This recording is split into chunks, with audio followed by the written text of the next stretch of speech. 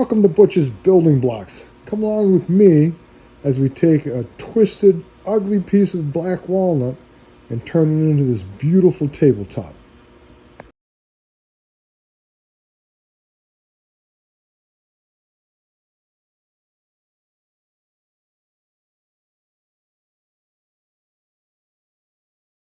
I've used the power hand planer to clean up this surface.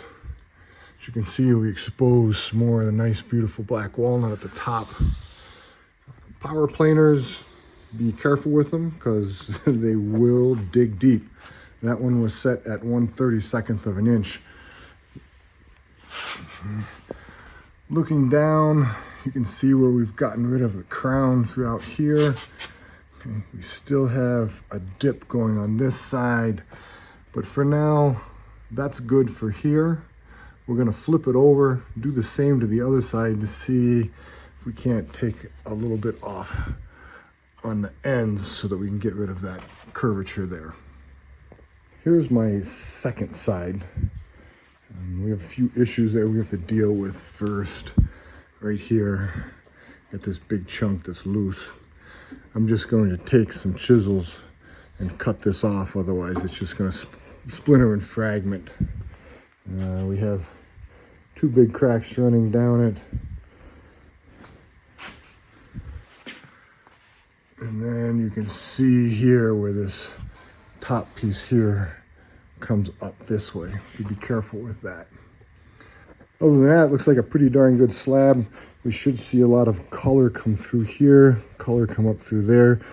This is where a limb came out, so we could get some nice crotch grain wood in here, because you can see the white, and then it goes brown again, and then darker brown here. So we should see some really good wood grain in there, and who knows what we'll find out and down in here.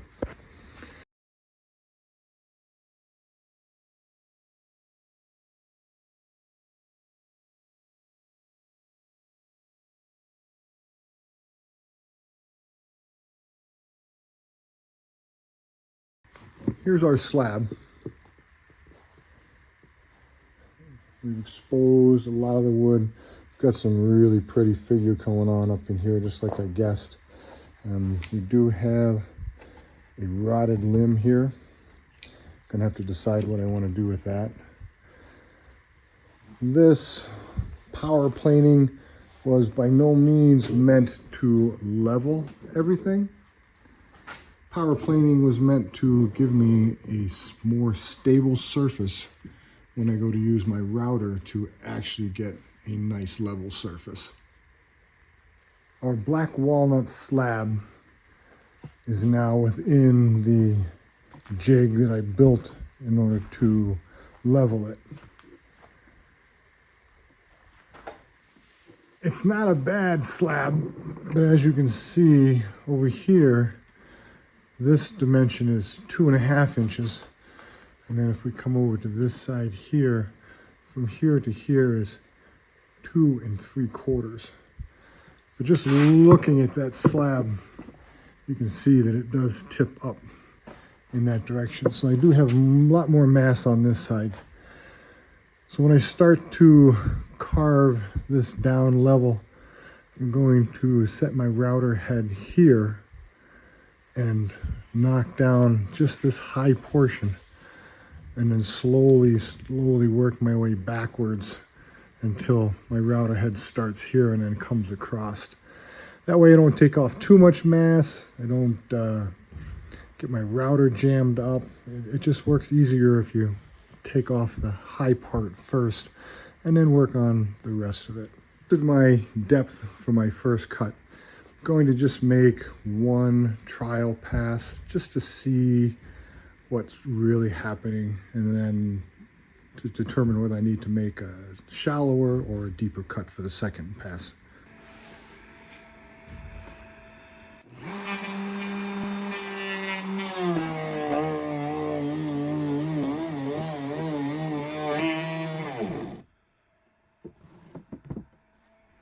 Okay, let's go take a closer look at that cut.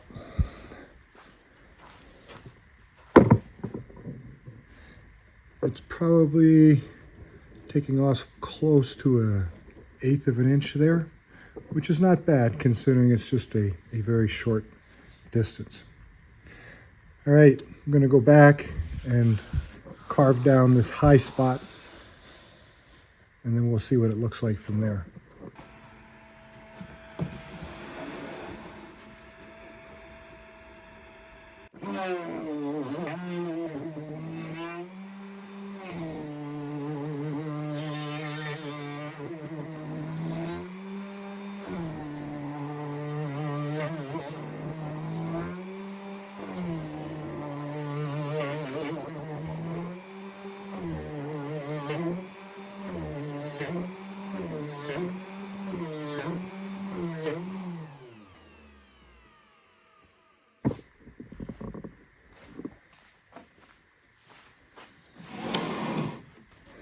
I need to adjust my forms a little bit. I'm not quite getting to the end, but we'll do that.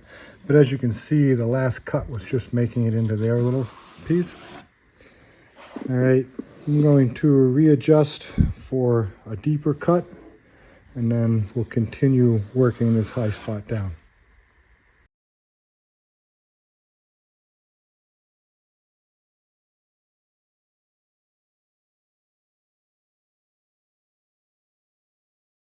We have a considerable amount of waste material left on our board. Let's brush it off and see what kind of wood we have underneath.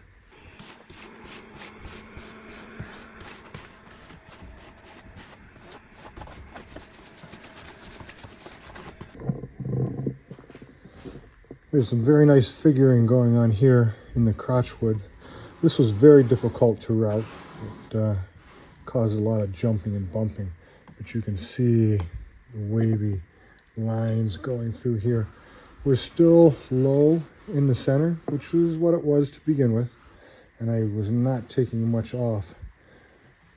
But other than that, you can see this will be a very nice piece. We have multiple colors going through here. A dark section could be bark inclusion. I may have to do some work on that. Might be the crack coming through. We definitely have the crack on this side, which we're going to inlay butterflies to keep it together. Last run with the router, and as you can see, there are lines from where it's not quite a level spinning blade. What I'm going to do is going to take my powered hand plane. I'm going to set it at the smallest cut that I possibly can and come back across the top here and see if I can't level some of these imperfections out.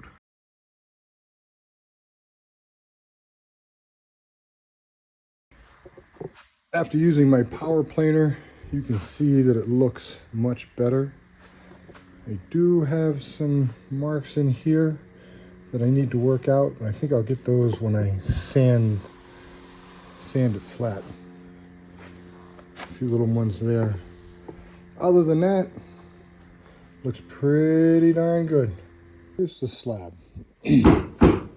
Originally it had this big split in it, which I thought was a bark inclusion. It was getting full of stuff. There's no way to clean it out, so I split the wood into half.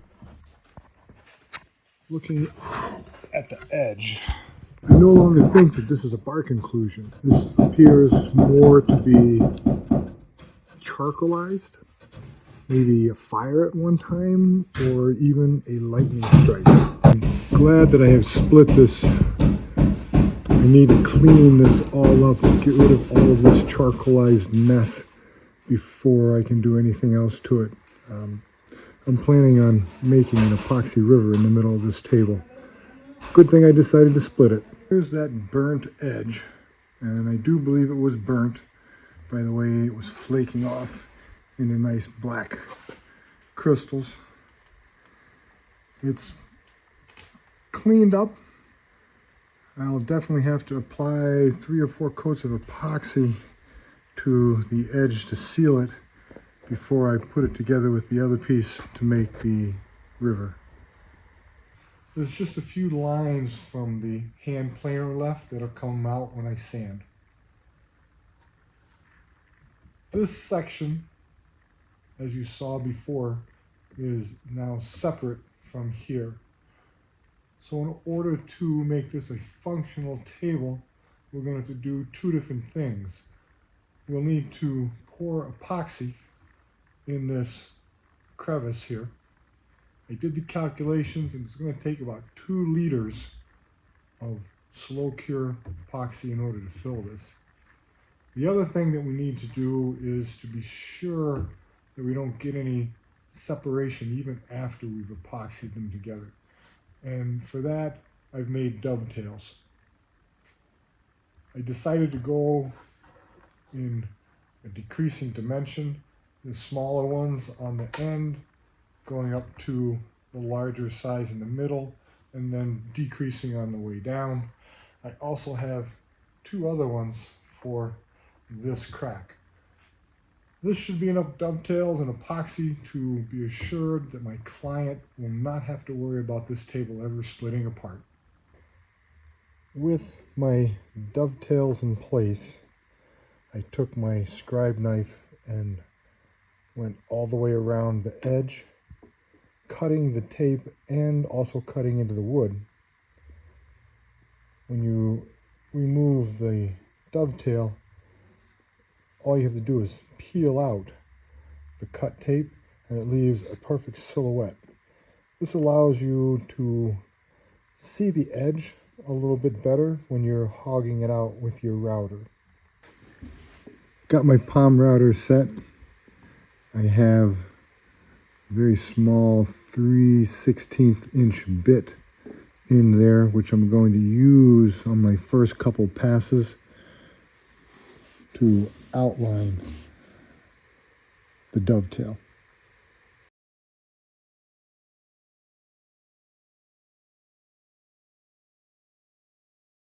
I've done the rough hog out for all of my bow ties. Now I just have to come back with my chisel and clean them up so they fit. Be sure to number your bow ties and the slot that you make for them.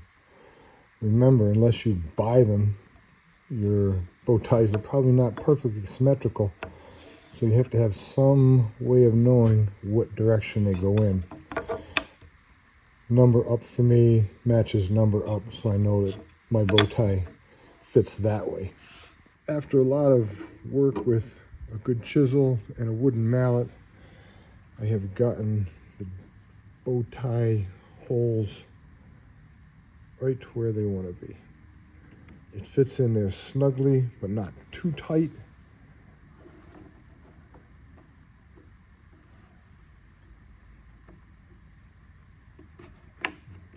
There we go. Giving me a good, solid fit. I did film putting the epoxy on, but I have no idea where that film went. But anyways, as you can see, it now has a nice, shiny, clear, hard cover. Hopefully, that will stop any bubbles from coming out when we pour the deep pour. Here's what I'm referring to as the bottom of our black walnut slab table. As you can see, I put a nice big maple bow tie in the bottom to help stabilize it.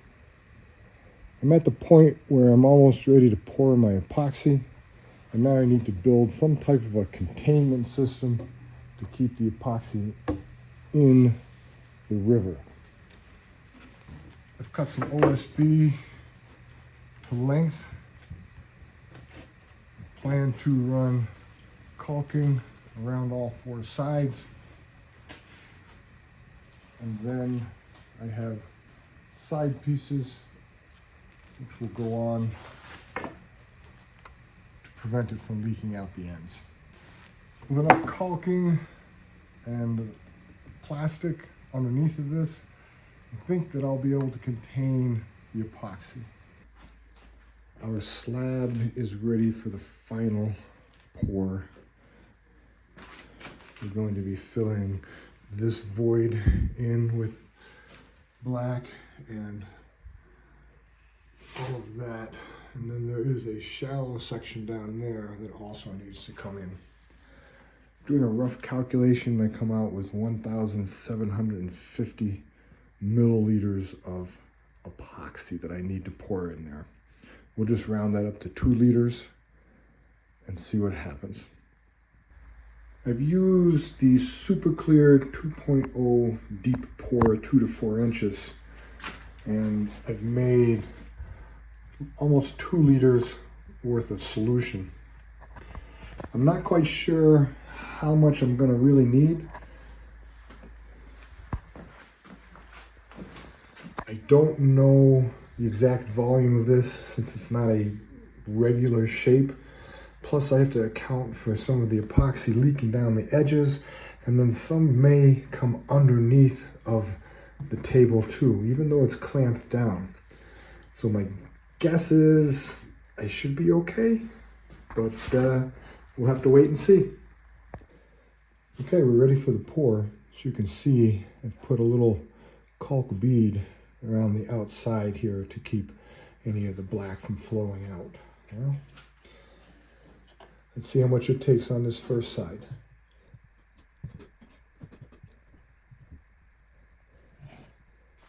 So far it's holding its own, so there's no major leaks, but it's the little ones that you got to be careful of. Okay, your first side seems to be holding pretty well. Let's pour into the second side and see what happens. Right off the bat, I've made a mess. Let's push some of this box down. All right, well, we'll let it settle, and then I'll continue to add as needed. Here's what the underside looked like. I can see now where the epoxy was seeping underneath of that, and that's why I had to put so much extra into it. It's basically to fill up this void. But on the corners here and here, seem pretty good. All right. Well, I've got a lot of caulk and stuff that I need to pull off, some tape pieces, etc., before we get to the point where we have to put it back and level the slab again. I've got a tabletop slab secured so it's not moving. I put the level on it, level.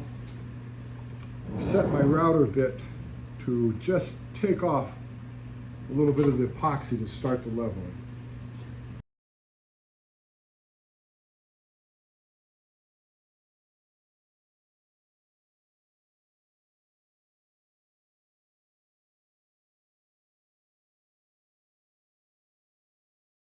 Now that the slab is flat on the leveling table, it's time to bring it over to my 22-inch drum sander. It takes 2 passes because that is a 31-inch slab. Being a one-man army, I have to do this all by myself. I certainly wish I had a little more help.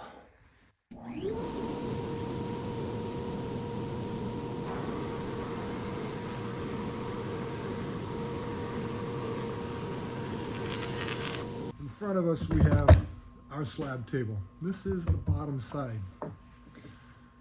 On slab tables, I like to put in steel stock going across the grain like this to keep that table from warping over time. I have 2 bars. They're 24 inches long, 1 inch wide, and 3/8 of an inch deep.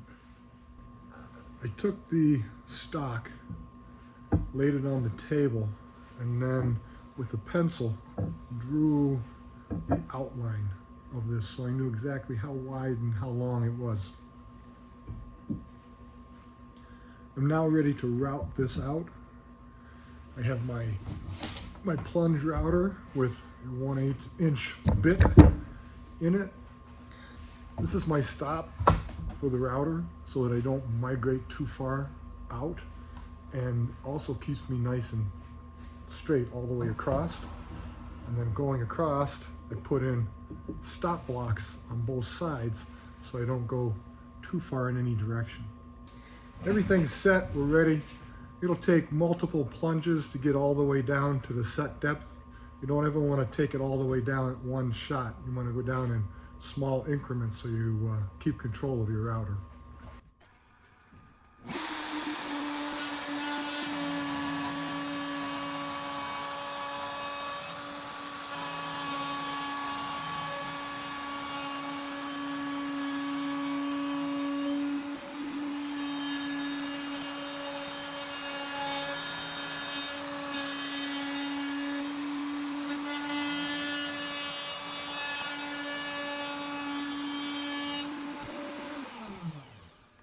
Okay, the first channel is done. I'm going to reset all this equipment and then we'll do the second channel.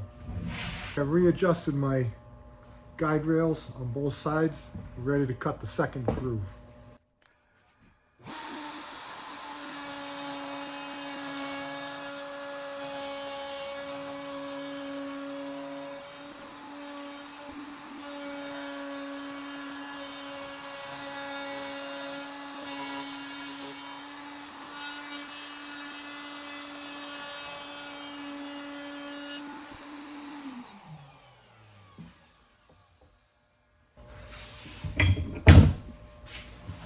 Okay, so if we've done this right, this should fit in there very nicely.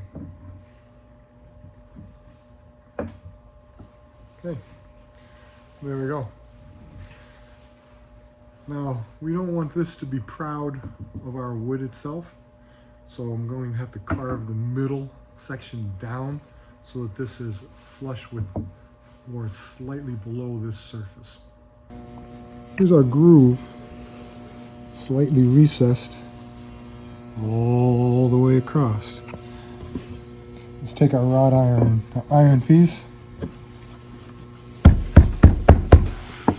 a few taps, and there we go. Fits in there beautifully, just like a glove. It's a great day. My legs finally came in for my table. I'm leaving them wrapped for now so that I don't risk getting any damage to them. But there they are. I got them from Flowline. They make a really nice product. I don't get any endorsements from them, but nonetheless, that's what I got. So my base is set. I have 6 inches in from either side and 8 inches from the other metal stay. I've already scribed a line around here.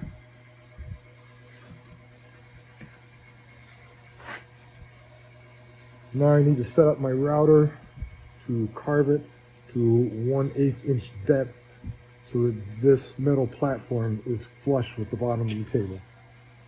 Okay, my plunge router is set to depth. I have my stop on the end. I have my back brace, my stop on the other side. And as you can see, it's right on the pencil line there. Move it down to this end. Again, it's sitting just where we want it. I'm gonna route this out. Once I'm finished, we'll set the leg in place and see what it looks like. I've finished the base plate cutout with my router. Here's the bottom. And as you can see, fits just fine. I'll now have to drill and tap in some holes for the bolts to keep it in place. Until then, I'm going to keep the plastic wrap on the top half just to make sure I don't scratch it. My base plate for my legs fits perfectly flush with my table surface.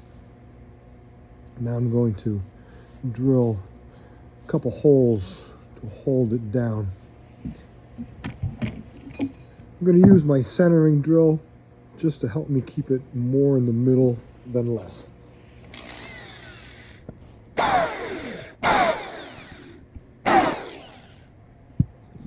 the other leg, the other side here, I'll bore a big hole to fit my threaded insert. I'll finish those up on the other leg and the other side here, and I'll bore a bigger hole to fit my threaded insert. I have my 1/4 by 20 threaded inserts, which takes a 3/8 inch diameter hole for it to fit. Now, I've done the old-fashioned way, wrapped a piece of tape around my drill bit, but that gives me my depth so I don't overcut. Let's cut one and see how it looks.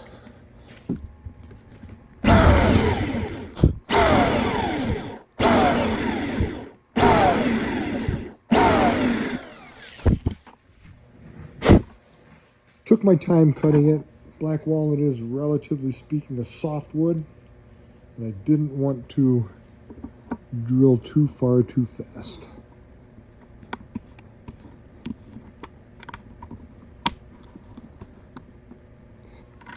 If you're going to use threaded inserts, use one that has a hex wrench head on it. If you get the ones that just have a straight slot for the screwdriver, as you're turning those in, those wings snap off quite easy. This is much easier, get a much tighter fit. There are all 4 threaded inserts in their holes respectively. And as you can see, they line up perfectly. Well, that part's done. No sense in threading them in because I've got to take these plus these stays out in order to finish the table before I can put them back on again. We're at the stage where we need to put on a finish coat.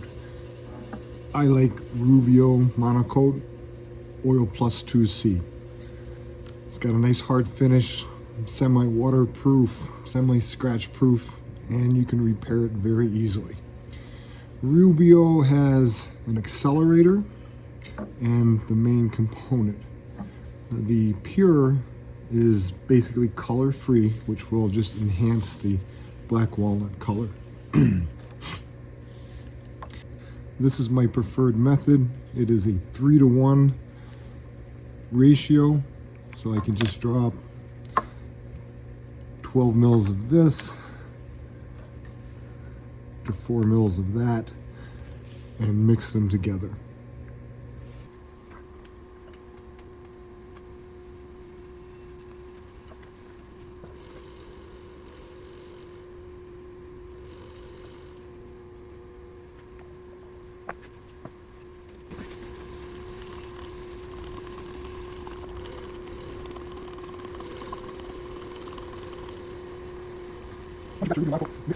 There's 2 ways you can apply it. You can pour it on and use a plastic spreader to push it around, or you can get a Scotch-Brite sponge and work it in this way.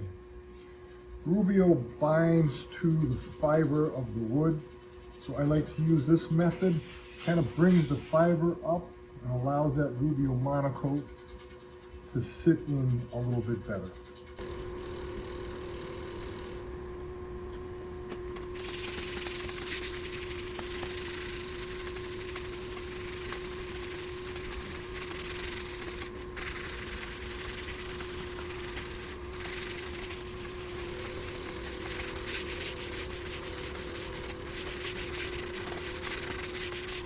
Okay, we'll do this table section at a time. Once you apply Rubio monocoat, you have 3 to 5 minutes before you need to wipe it as clean as you can. I've waited 5 minutes.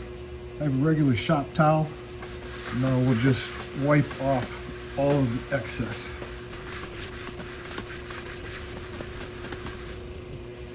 We do get some excess on it. Once that side gets full, flip it over and wipe it a second time to make sure you've got all that surface oils off of it. Now what I like about Rubio monocoat, you can see the color here and the color there, is that when you apply another section, Even though I'm going to spread this oil over this side won't change color because molecularly the Rubio monocoat is bonded to this wood already. And so you're not going to get something like a stain where when you add it, it's accumulative.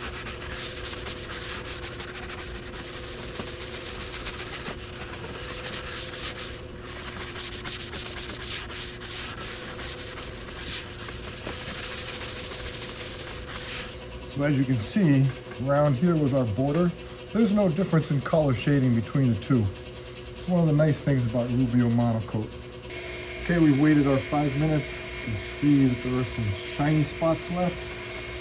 Let's take them all off.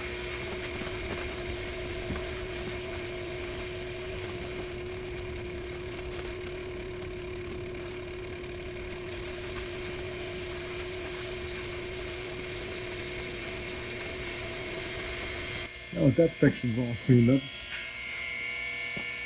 let's come down here and finish off this last piece.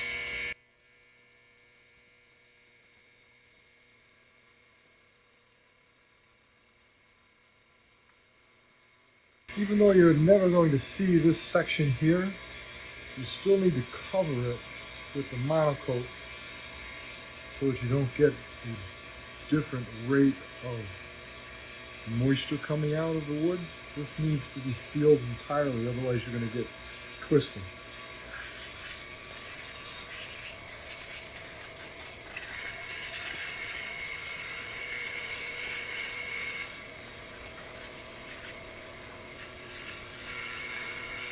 Okay, there's the last section on the bottom. We're going to wait for another 5 minutes for this to soak in, wipe it clean, and then turn the table over and do the top side. 5 minutes has passed, so let's wipe off this last section of oil.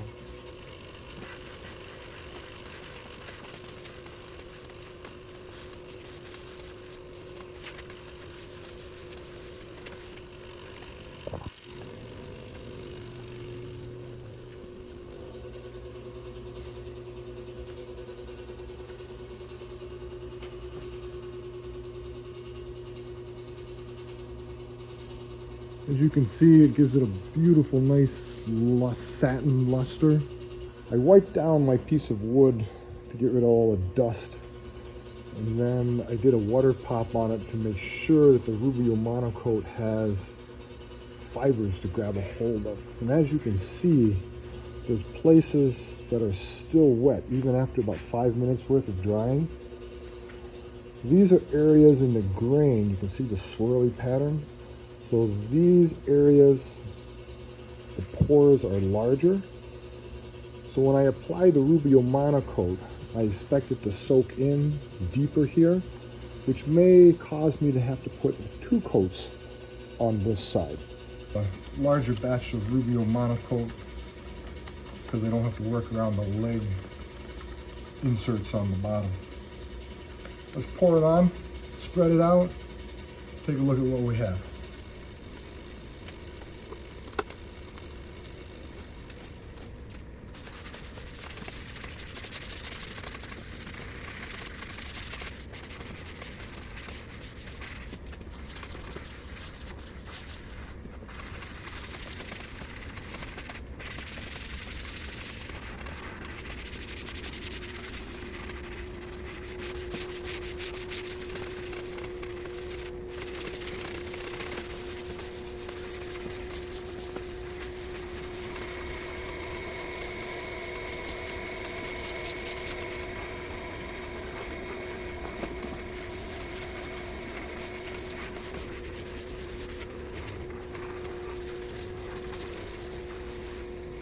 Well, I didn't make enough. We still have lots of dry, but since I spread this out, I'll wait the 5 minutes, wipe it clean, and then apply a second section here to get what I missed.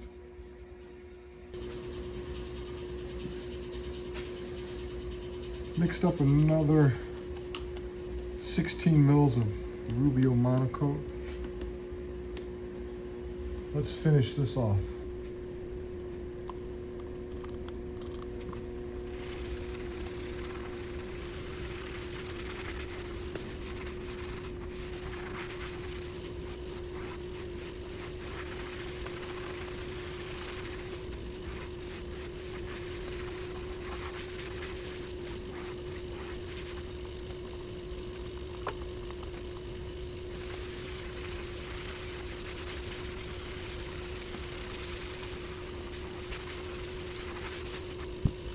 Well, that finishes that top off. We'll give it the 5 minutes and then we'll wipe up the excess.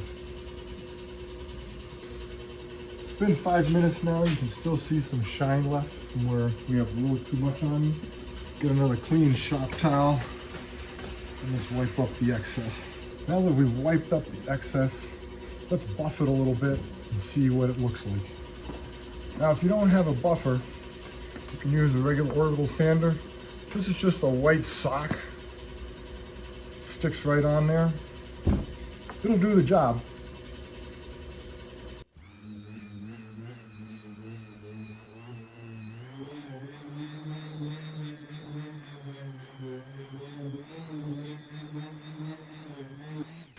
All right, let's take a look at our tabletop now.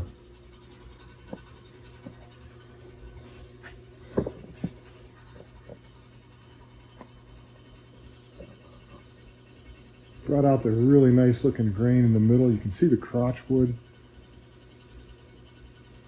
the black epoxy onto it.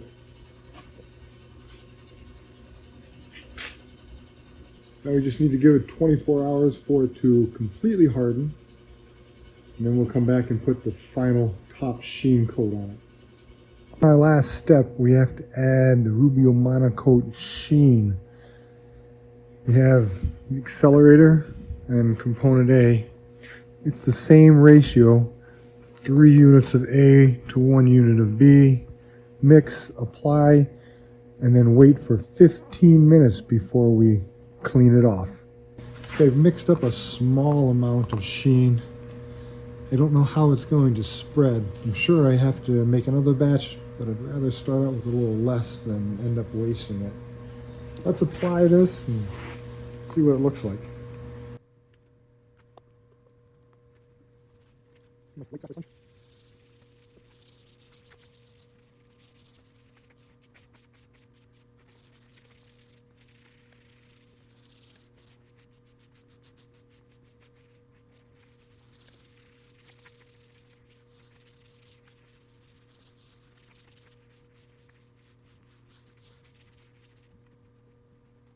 For a 3-run mixture, I use 12 mils of component A to 4 mils of component B.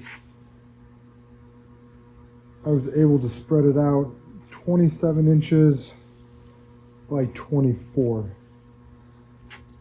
So it's pretty close to what Rubio monocoat would have covered, maybe a little bit more. I've let the sheen sit for 15 minutes. You can see it's gone to a much shinier gloss almost. Now it's time to wipe it down again.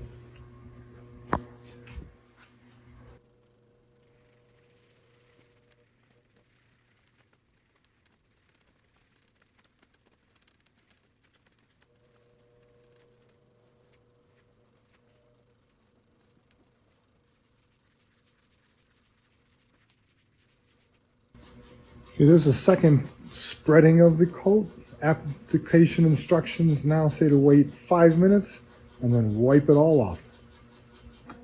As you can see, it's very shiny, but I've not yet wiped it.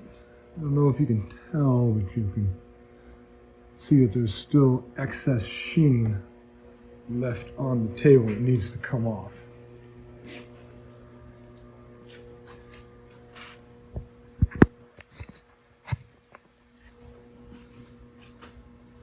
Okay, I have a lint-free cloth. Let's wipe it off.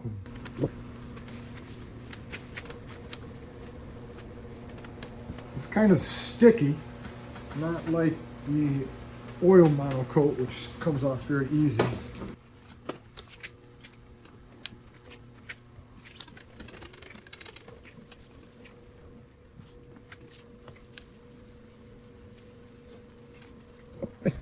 All sheened up. Looks nice. Does give it a little extra shine to it. Kind of brings out the grain pattern a little bit nicer.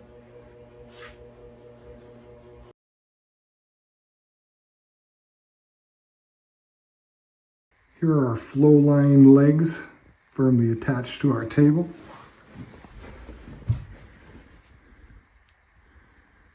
And here is the finished product. It's a magnificent table. Black walnut turned out beautifully. The sapwood just adds to the color of it.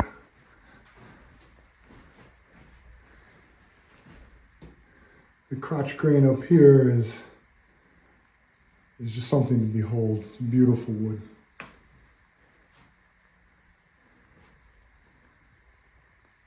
Our project is all finished. Hope you've enjoyed the build out of this tabletop. If you really liked what you see, please hit the like and subscribe button. I would certainly appreciate it.